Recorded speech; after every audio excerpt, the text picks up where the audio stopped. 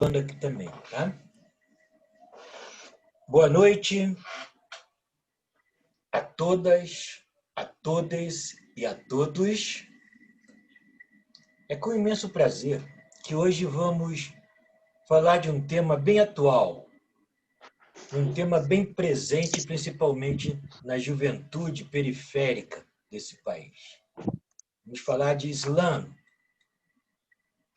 O Islã, que é a competição, pois é a competição de poema, nasceu nos Estados Unidos, em Chicago, né, lá em 1980, e chegou aqui por volta de 2008. Então, vocês vejam bem que ainda é uma coisa bem recente aqui nesse país, né? É tipicamente aqui no Brasil uma cultura urbana, né? E hoje nós vamos ter aqui a Slam Master, espero ter dito certo, Negalu. Negalu é multiartista, ela é fundadora e gerencia o projeto As Poetisas na Cena, lá em Santa Maria, DF. É outra coisa que me transforma muito. Esse slam, Parece que não. desculpe-me, esse slam lá em Santa Maria nasceu com o objetivo de empoderamento literário, né? Ela é escritora, slammer, e acaba de publicar seu primeiro livro, Escrevivência Afrocêntricas, pela editora Ava. Além de participar em várias coletâneas. Ela é assistente social e é candidata eleita a conselheira de cultura de Santa Maria DF. Parabéns. Eu acho que vamos ter um grande quadro aí, que eu só conheço gente boa até agora. Para o triênio de 2021 e 2022. Um poema de... Vou ler para vocês. Isso, um poema chamado Democracia Disfarçada.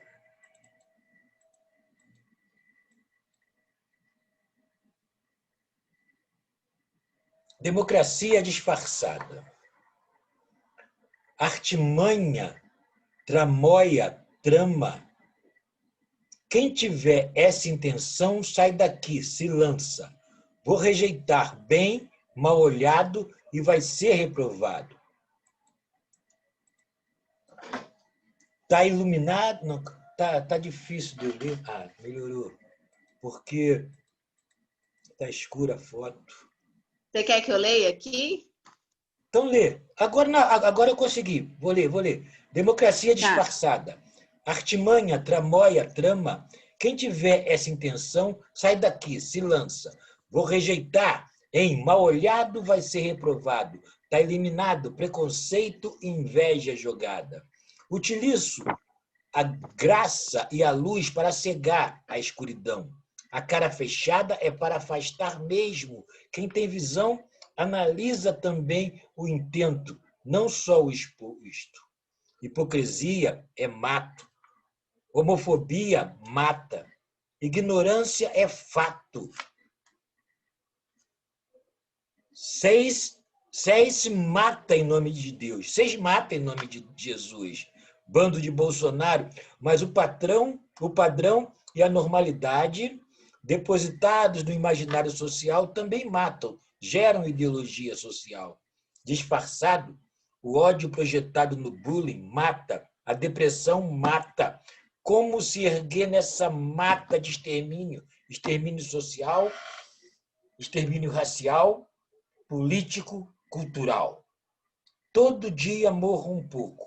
Vejo homens sem rumos, perdidos num território esquecido, e mulheres esquecidas como adereço dos maridos. Como se viver fosse só isso. Somos todas esquecidas. O sistema nos aniquila e nos reinventa. E tem mais, não me representa. Democracia representativa, democracia deliberativa, democracia participativa. O Museu das Democracias, porém inacessível, paralisado, paralítico. Temos ou não o poder, a voz. Somos controladas ou controlamos? Deveríamos controlar. Aprendi que a cidade se ergue na cidadania.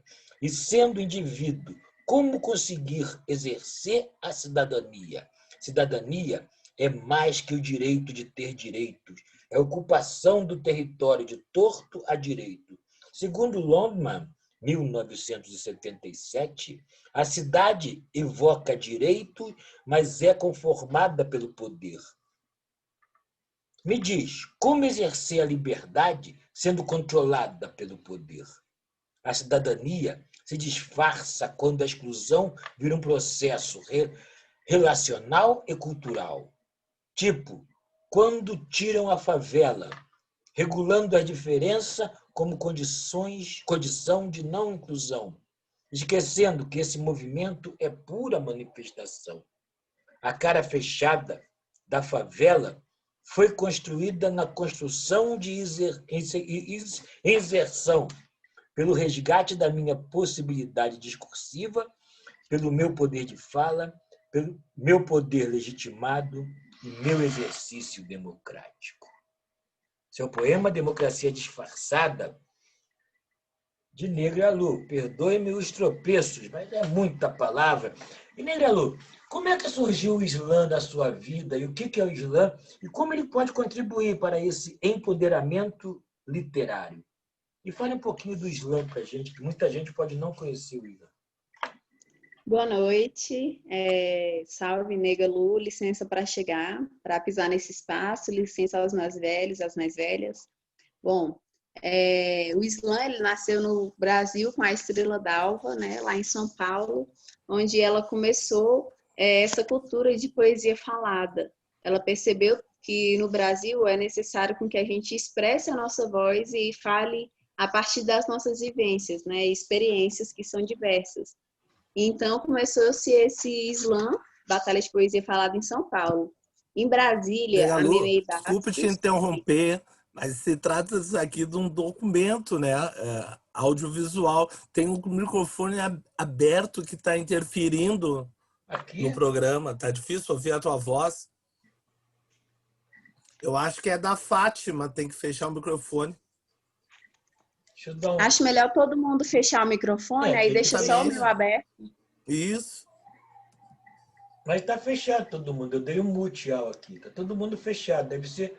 Eu não escutei interferência aqui, não. Pode ser o teu, Jacob. Porque o único microfone que está aberto é o meu e o da Negra Lu.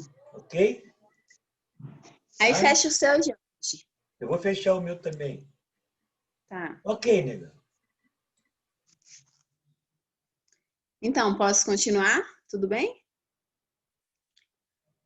Então, e aí o Islã ele nasceu no Brasil com a Estrela d'Alva, lá em São Paulo, né? E aí veio com essa noção de empoderamento literário, assim, de expressar o que a gente tem dentro das pessoas.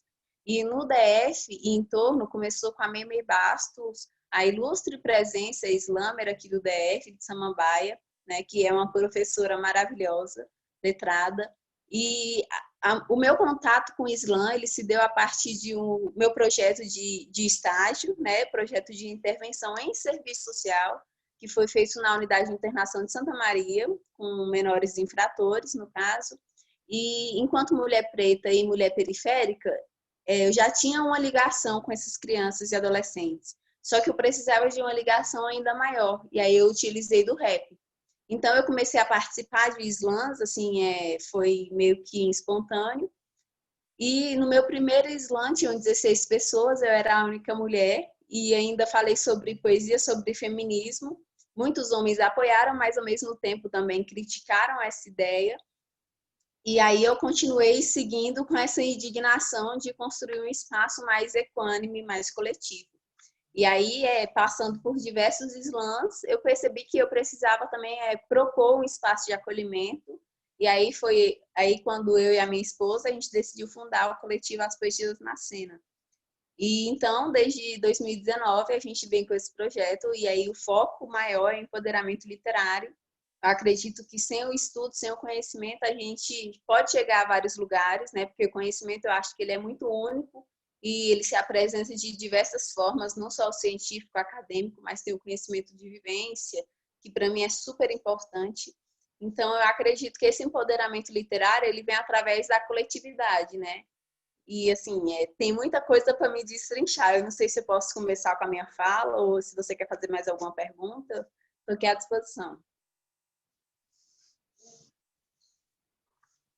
Tá.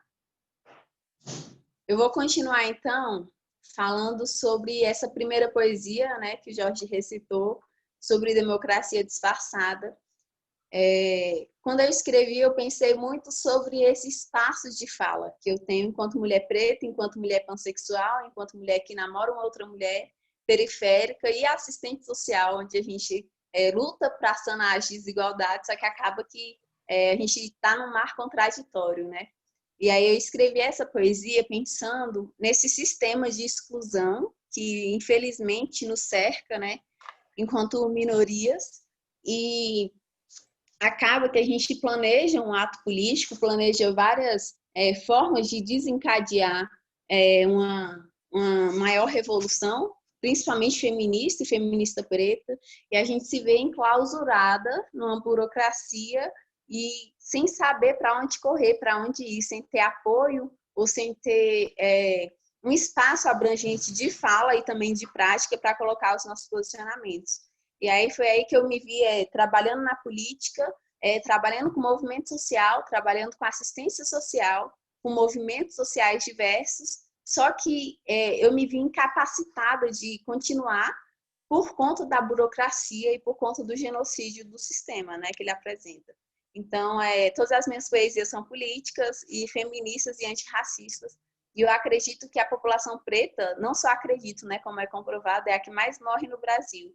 E quando a gente não consegue exercer o nosso direito de fala sobre o que está nos deixando mal, nos deixando tristes com alguma coisa, acaba que a gente não tem uma democracia, uma cidadania, né, que é pelo menos o direito mínimo de ir e vir, e de ter liberdade de expressão, liberdade de fala, né? Não só na Constituição, mas também como em outras legislações e políticas públicas, a gente tem o nosso direito de fala. E eu acabo muito negligenciado por espaços onde a gente deveria ser acolhida, como no movimento cultural, por exemplo. Eu acredito que a gente no movimento cultural tem muita coisa para ter conhecimento e tem que ter muito mais empatia e um olhar, uma escuta mais qualificada, sabe? Uma escuta mais ativa, para entender que não é só esse ato de falar, mas também o ato de ser escutada e de ser compreendida sem julgamento.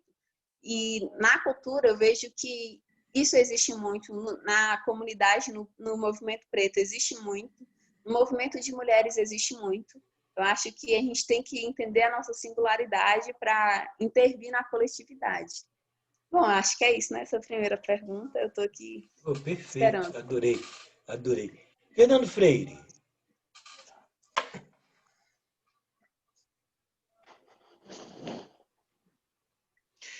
Clamo pela resistência. Clamo pela resistência. Invoco o poder dessa palavra para lidarmos com o poder de sua presença e não de sua ausência.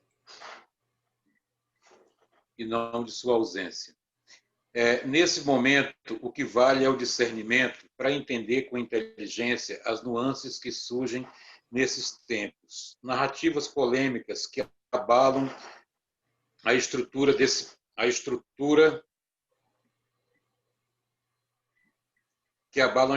desse movimento que nos movimenta, nos acalenta. Clamo pela resistência. Espero que a sororidade emanada seja vista com transparência. Clamo para que a resistência não se limite às feministas, não se limite às catadoras, aos professores, pedreiros e cotistas. Estamos em tempos sombrios. Lésbicas são violentadas não só por grito.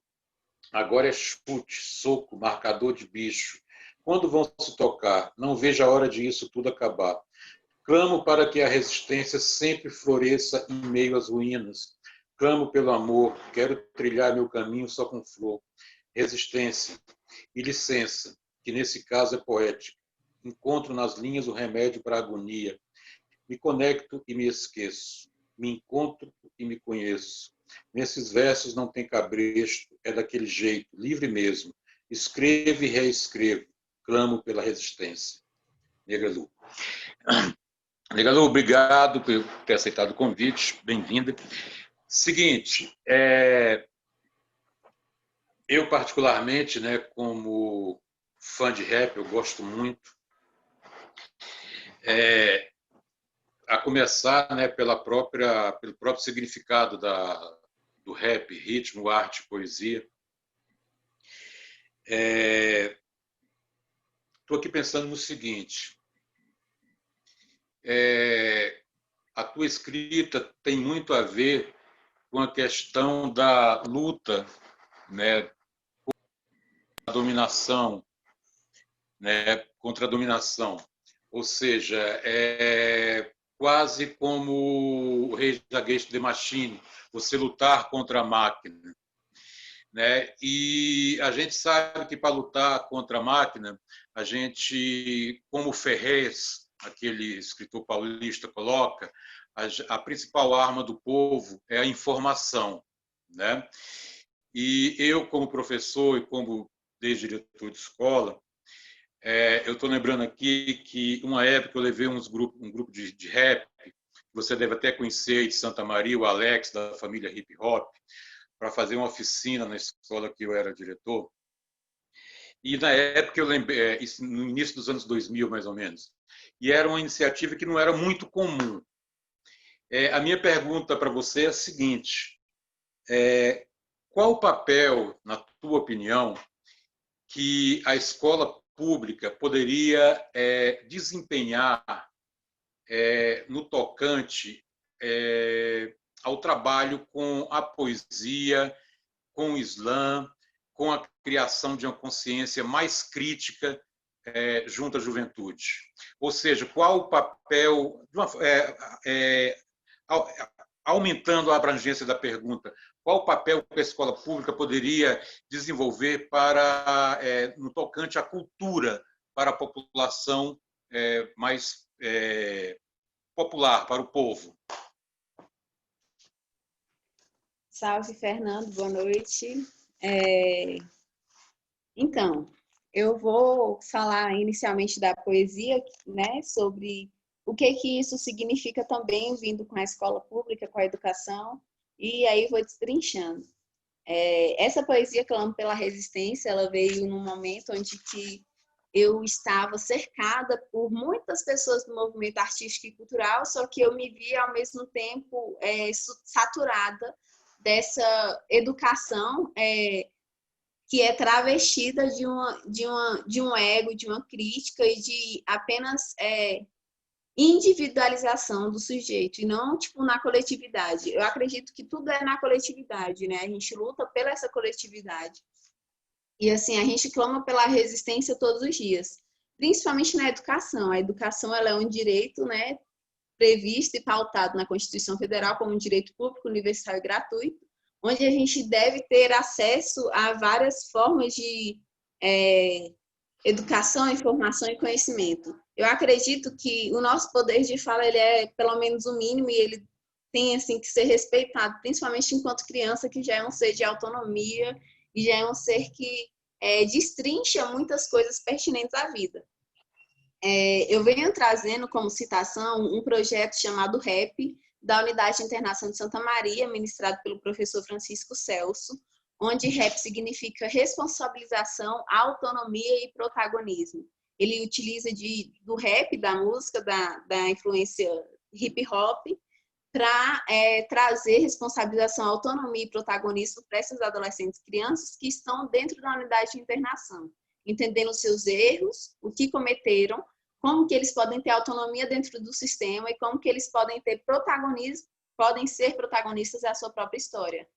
Sabendo que eles cometeram um conflito, eles estão em conflito com a lei, mas que eles cometeram uma infração e que aí precisam também ser educados, e que a educação não deve se restringir ou se privar a esse contexto, assim como também no contexto privativo, né, de liberdade ali na prisão, no presídio feminino ou presídio masculino. Eu acredito que, enquanto professores e diretores e gestores de educação, a gente tem que fornecer e fomentar essa cultura de educação e de conhecimento e empoderamento literário, principalmente para crianças e adolescentes. Eu trabalhei como educadora social no ano passado pela Escola Parque 210-211 Sul, localizada ali no Plano Piloto, e lá, junto com a minha companheira, a gente desenvolveu o projeto FH4, onde a gente desenvolveu várias oficinas do movimento hip hop com crianças de 5 a 13 anos. E assim, foi sensacional, porque a gente pôde perceber que o que a gente falava, o que a gente ministrava, afetava de alguma forma e influenciava essas crianças. E aí a nossa oficina de poesia falada, por exemplo, foi uma das que teve mais prestígio e mais participação da classe, onde, tipo assim, a gente via as meninas e os meninos falando sobre raça, falando sobre identidade de gênero. A gente tinha crianças já homossexuais na escola, e a gente tratava a cultura como educação, como uma forma de conhecimento e de passar conhecimento, não só passar, mas também de expressar e respeitando o espaço de fala de outra pessoa. Então, quando alguém queria falar, levantava a mão e antes de você interromper essa pessoa, você esperava ela terminar de falar. Eu acredito que a educação tem um papel assim, importantíssimo, principalmente nos detalhes. Por exemplo, pedir licença para falar, respeitar o espaço de fala, porque são nessas singularidades, nessas pequenas coisas que a gente forma uma sociedade mais justa e mais respeitosa, por exemplo. Então, quando o menino que é hétero no caso, ia jogar alguma piada contra um homossexual, chamando de viado, ele já entendia que isso era errado. Eu apresentei uma música para eles, já adulta, né, no caso, mas eles entenderam como forma de respeito, que é uma parte da Ana Carolina de Souza, de uma música que ela fala bem assim: vocês adoram matar gays, mas chamam os parças de viado. E aí, até quando que essa violência, ela tá só para as pessoas que a gente não se identifica? E quando são amigos nossos, a gente trata como uma forma que é bonita e benéfica, só que ao mesmo tempo ela é maléfica porque ela oprime e violenta outras pessoas. Eu acredito que as crianças, elas não têm essa noção de preconceito. A gente, enquanto adulto, que ensina isso. Então, quanto mais a gente naturalizar as coisas que são normais e que devem ser tratadas como normais na sociedade, mais as crianças vão estar abertas ao diálogo. Acredito que a gente não deve privar as crianças de conhecimento, mas deve saber minimamente onde a gente deve instruir e colocar as nossas falas de acordo com a maturidade dessas crianças. Mas a criança tem que saber que um relacionamento lésbico ele deve ser respeitado, assim como um relacionamento hétero, que as pessoas pretas devem ser respeitadas, assim como uma pessoa branca. Então, eu acredito que o nosso papel ele é esse, ele é fundamental, de extrema importância e detalhista.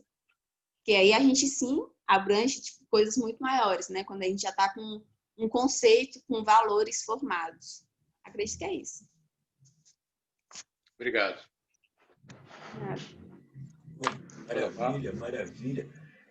Já estamos aí com a presença do mal amado Josafá. Chegou correndo aí, né, Josa?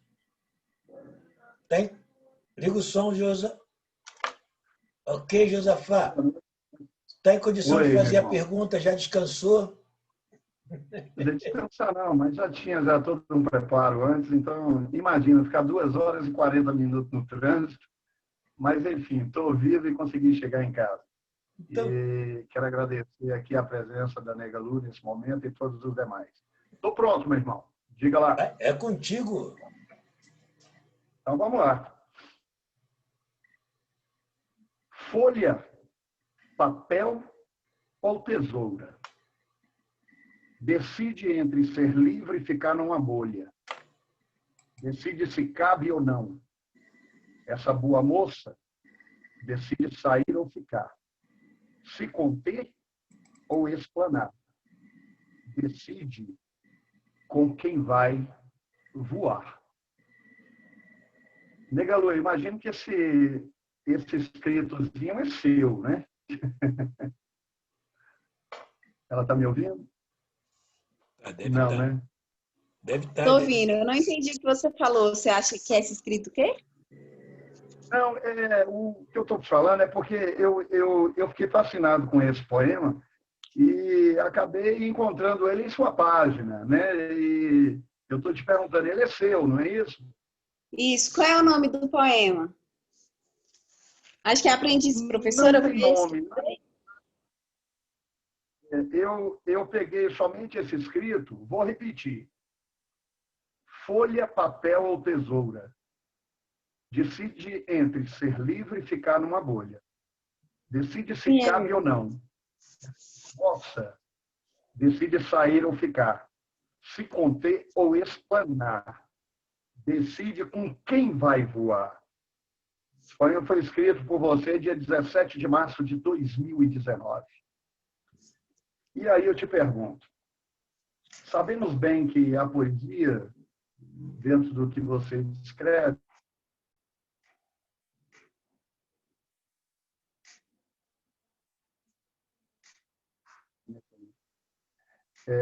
assim como tudo que nós fazemos, mas para você especificamente, parece que a poesia é um terreno de luta.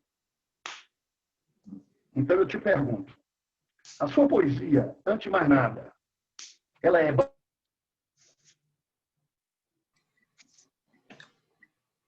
bandeira de luta, ela é Josafá, vivência, Josafá, resistência, é grito, é expressão de ataque ou de luta? deu para entender a pergunta, Negalu? Oi? Porque Deu tra... sim, deu sim. Deu para Deu entender? sim. Ok, porque Fala. travou algumas vezes. Travou para mim também, mas eu entendi, deu certo.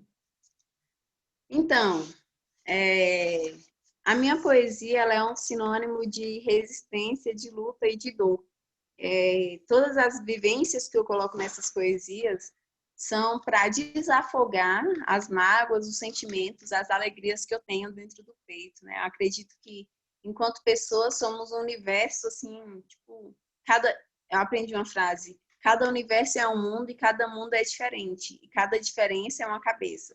Ou seja, cada um pensa de uma forma e cada pensamento, cada pessoa vive num universo muito, assim, singular, muito escroto, muito complexo, né?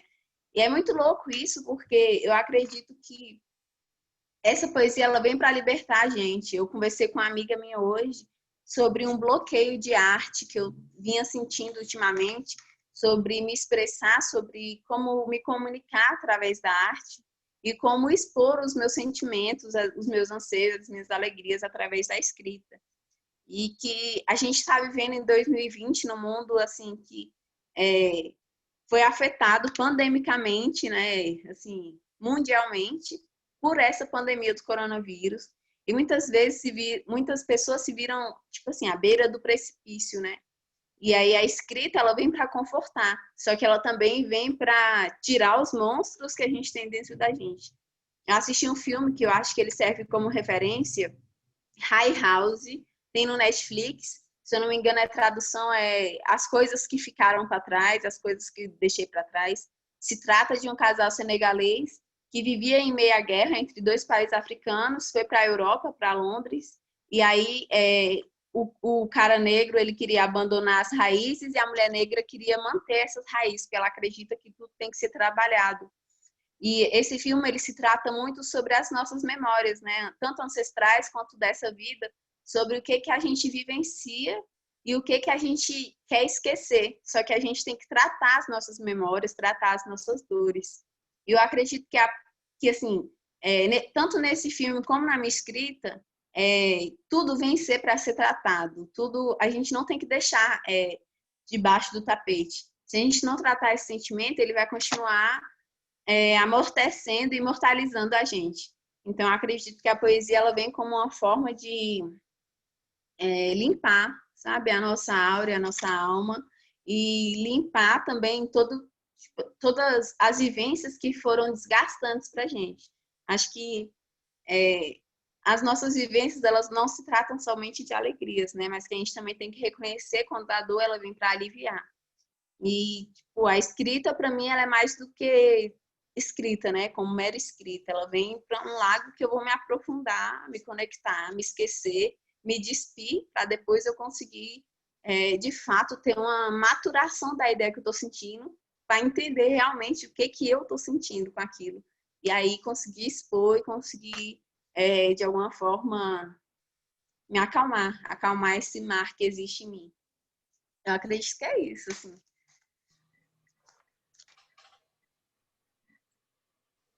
Ok, Josafá?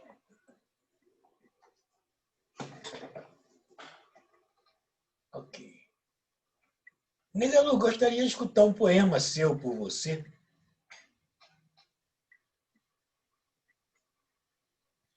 Então, Oi, tem vários aqui. Eu vou ler um poema que eu acredito que ele está muito recorrente no nosso tempo, principalmente com esse racismo que está acontecendo o tempo inteiro, né? Calma aí que eu só vou encontrar ele aqui, só um momento.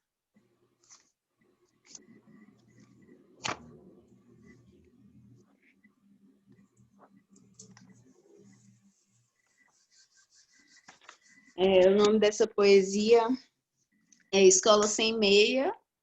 Eu escrevi essa poesia num contexto muito engraçado. Eu estava com 2 filhas de uma colega, de uma amiga minha, Carol Maquiavélica, um salve para você. E as filhas dela são, assim, acho que até 8, 9 anos. Eu estava ensinando para elas a rima, né? E como que a gente luta através das palavras. Aí a gente criou um verso, um refrão, assim, um estrofe, e aí deu continuidade para a poesia. O nome da poesia é Escola Sem Meia. Escola sem meia, escola sem meia, já pensou que doideira? Escola sem meia, escola sem meia, já pensou que doideira? Crianças de 4 e 6 anos criaram essa rima. Meu objetivo, estimular a revolução educacional, militante e feminista nessas pequenas artistas. Em uma roda de conversa com crianças de 10 e 11 anos, perguntei: para vocês, como a polícia se manifesta? Alguns não falaram, outros relataram que gostariam de mais policiamento nas quebradas. Justificados em noticiários, veem muitas pessoas assaltadas. Outro relato da Maria Clara preencheu-me de orgulho. Disse ela que a segurança é uma farsa, quanto mais polícia, mais perigo, há sempre troca de tiro, tudo fica inseguro. Depois perguntei: o que é a militarização civil e militar nas escolas? Não souberam argumentar, mas disseram que assim todos teriam de respeitar. Respeitar quem? Eu questionei. A polícia dita moral e respeito, mas oprime todo tipo de suspeito, coincidentemente preto. Usar câmeras, respeitar os colegas somente em presença dos canas não é segurança. Tia, vamos ter que usar roupas iguais e cortar o cabelo? Perguntou-me um menino chorando e limpando o catarro do beiço. Dessa fala apreendi o desespero, o silenciamento da identidade de crianças negras e homossexuais ainda em processo de descobrimento identitário. Formas desleais de socializar a educação. Sim, senhor. Não, senhor. Falas que traduzirão o máximo de liberdade de expressão. Falas e corpos silenciados, roupas fardadas, vergonha para a nação. As crianças não são o futuro e nem esperança, são o presente, simbolicamente palpáveis, tudo apreendem e sentem. Aparente não é o racismo e a ditadura, que não é mais velado, vem estampado no capô da viatura. Termino essa poesia com essa frase que eu acho super emblemática. Enquanto homens pretos e enquanto homens brancos que servem à polícia militar acabam gerando uma engrenagem do genocídio sistêmico e a gente acaba percebendo que essas pessoas, enquanto policiais, também morrem e matam todos os dias, né? E aí a gente vê, enquanto 2020, o quanto de tragédia com a população preta que aconteceu. Genocídio, troca de tiro, bala perdida, e os alvos são as pessoas pretas, as mulheres pretas, as crianças pretas, com roupa de escola, vindo da escola, indo para a creche, dentro de casa, estudando. Então, acredito que todo poema, toda poesia que a gente fala é protesto. A nossa fala é política, a nossa vivência política. Eu acredito que a gente fala e a gente conversa para libertar. Eu fico muito agradecida pelo convite. Eu estava realmente precisando desse reavivamento na arte, né? Eu conversando com uma amiga minha hoje, e a gente percebeu o quanto que a arte, ao mesmo tempo que ela revive, ela amortiza, que a gente fica muito cansado da arte, saturado. E porque a gente acaba se cobrando. Só que a arte, ela é necessária. Então, eu agradeço muito pelo convite, fico imensamente feliz, porque eu vejo que as pessoas podem reviver e estimular outras pessoas, né, a continuarem vivendo, sendo fortes, sendo firmes, mas também sendo frágeis, chorando e expondo o que a gente tem para expor, né? Sim, agradeço demais, fico muito feliz. Nós que agradecemos, né? E veja só, é fundamental o papel da escola na disseminação dos slams, pois por meio deles os alunos expressam seus modos de existir e suas reivindicações por uma cultura jovem, popular, negra e pobre de moradores de periferia, bem diferente do gosto canônico, branco e da classe média. Essa frase foi dita por Cíntia Angra Brito Neves, que é professora da Unicamp. Como é que você explica a força do Slam, ou posso até abranger mais da filosofia, da cultura hip hop, ter atingido exatamente pobres, periféricos? O que você pode dizer sobre isso? Bom, eu acredito que a população preta periférica, ela precisa falar, sabe? São muitas violências no plural, porque são diversas. Então, não tem como a gente guardar esse adoecimento, esse sofrimento a longo prazo. Então, eu acredito que a escrita ela vem muito para resgatar as pessoas desse fundo do poço, onde a gente é colocado por conta de sofrimento que a elite brasileira, que o patriarcado, que a misoginia, que o racismo nos coloca. Então, eu acredito que o Slam ele se tornou tão necessário, e hoje você vê mais de 300 slams no Brasil. Por quê? Porque a gente precisa falar. A gente não precisa nem ser escutado, nem ser escutada. A gente precisa colocar para fora esse adoecimento, que ele não é singular, ele é crônico, ou seja, ele vai para além de um dia, para além de um mês, para além de um ano. Ele se estende até por décadas, ou como com o racismo, por séculos. Então, eu acredito que a fala, ela é um empoderamento literário, né? A gente apreende e sente tudo. Então, se a gente não falar, se a gente não expor, se a gente não se comunicar, não tem como a gente prever uma sociedade, sabe? Não tem como a gente prever uma sociedade que seja autárquica, que seja extremamente narcisista, entendeu? A gente prevê uma sociedade mais igualitária. E eu estou super feliz com as candidaturas estaduais e municipais, porque a gente vem de uma quarta onda de geração feminista. Eu acredito que a gente está entrando na quinta, porque a gente está vendo uma eleição de mulher preta, homem preto, mulher trans, homem trans, e tipo LGBT no máximo. Ou seja, a gente pode mudar muita coisa. Eu imagino que daqui 10, 15 anos a gente vai estar muito à frente do que a gente imaginava, sabe?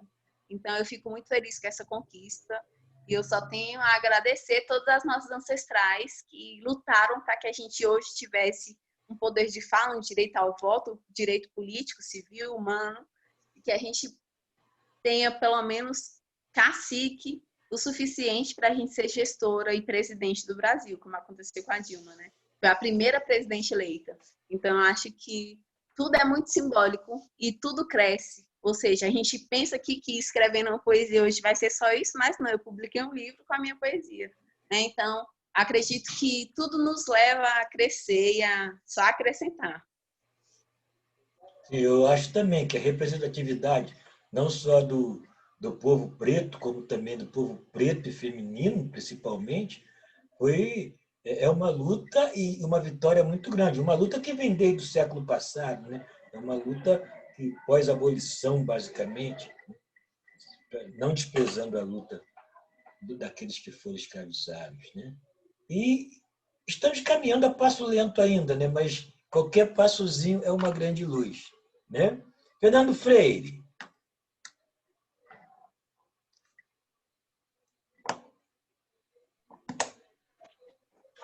Escola sem meia. Foi o que ela Escola acabou de sem ler, meia. Fernando. Foi o que ela acabou de ler. Ah, tá, não vi. Eu ia ler também. É porque os 3 que eu tenho aqui, Dou só 3, vamos ter que... eu só tenho os 3 aqui, acho que foram os Eu 3 que também, foram lidos. ela mandou só 3 poemas.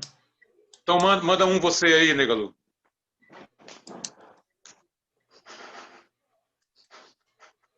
Ela tá sem som. Oi? Meu celular está com 19%, mas eu vou tentar fazer com que dure ao máximo, tá bom? Essa poesia se chama Mulher. Tem tanta poesia que eu quero ler, mas enfim. Essa poesia se chama Mulher.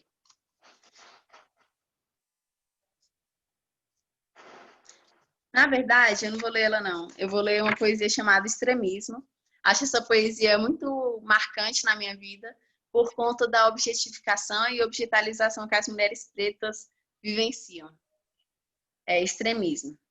Extremismo, me vi perante esse abismo, ver em todo homem um ato de machismo, achar que todo homem afeta minha moral, que todo homem tem um elogio do mal. É claro que eles precisam de uma correção construtural, mas não significa dizer que toda ação masculina é banal. Passei a considerar todo elogio como assédio, como se estivessem admirando uma simples tela, estrutura, prédio, não se ligando que a minha posição é mais que corpo, é identidade, é evolução. Revolução de toda uma história para provar que o machismo faz parte da história. Na sociedade, o extremismo é relacionado ao vitimismo, a sapatão, ao feminismo. A sociedade esquece que muitas violências são frutos do machismo. São tantos traumas que cada lágrima no olho se expressa como um tiro. Cada lágrima descida é de raiva. Com cada ato machista se aflora a luana extremista. E hoje eu mostro a minha fúria. Fico tipo Medusa, ataco esses caras com um só golpe e me chamam de maluca. Eu só queria ter um dia de ternura, passar na rua e ver uns caras que não abusa da minha paciência, porque dá licença? Será que é extremismo? Responder cada assédio sexual com um tiro no pinto? E aí essa poesia, para mim, ela é muito forte, porque a gente é assediado o tempo inteiro, mas quando a gente responde a esse assédio, a gente é chamada de louca, né, e de extremista. Então, assim, até que ponto que a gente tem que tolerar esse tipo de assédio, esse tipo de violência, né? A nossa paciência, ela não é de ferro e eu acho que a gente tem que ter mais simancol na nossa sociedade, né? Principalmente agora que a gente está se fortalecendo e se empoderando muito mais. Então, se os homens querem fazer parte e apoiar o movimento feminista, assim como os brancos querem apoiar o movimento preto, qual é a parte e o papel que essas pessoas têm na nossa luta, né? Então, acho que as pessoas têm que se tocar e achar e entender que se está me ferindo, isso já é violência. E você me assediar, isso também é violência. Então, acho que a gente tem que ter esse simancol, né? Essa noção, assim, de não invadir o espaço. Principalmente da mulher preta, né? Porque tem uma poesia que eu falo que a gente está armada e estudada, com mestrado e politizada, então não adianta vir com um discurso meritocrata e achando que a gente vai acatar, só que não, a gente vai lutar, né? E tá aqui para fazer a política acontecer. Vamos lá. Abre aspas. A poesia marginal no Brasil não é igual a de nenhum lugar no mundo. Acredito na arte verdadeira. O povo tem que ter uma ferramenta para reivindicar. Se o sistema é a doença, a informação é a cura. Fecha aspas. Essa frase é do Marc Ferrez, um escritor paulista, né, ligado à literatura dita de periferia, ligado ao movimento hip hop. Negra Lu, além da literatura, além da poesia, né, sabendo que uma das formas de se fazer frente ao, abre aspas, sistema, ou se fazer frente à opressão, lutar para ter acesso à informação, que outras formas você vislumbra que a gente pode usar para combater a opressão, para combater o sistema? Política. Acho que política é assim, a resposta para tudo. Eu sonho ainda em ser governadora e presidente, quem sabe, do Brasil um dia. Porque eu acredito que a gente tem que ter o poder da caneta, de escrever e fazer funcionar a política pública. Acredito, a gente escreveu um projeto com recurso de R$5.000, a gente conseguiu fazer tudo o que a gente queria e mais um pouco com esse dinheiro. Tem verba? Tem dinheiro suficiente? Tem. Só que eu acredito que também, além de política, pessoas comprometidas na gestão, onde comecem a fazer um trabalho de base, porque não adianta nada a gente pensar numa educação, numa proteção, sendo que a gente não previne. Então, acredito que a política e esse instinto coletivo e crítico, responsável, que não seja usurpador dos nossos direitos. Valeu. Ok. Fim da primeira parte. Jorge, Diga. eu acredito que eu não consigo ficar por mais tempo, porque meu celular está com 8%. E aí a minha esposa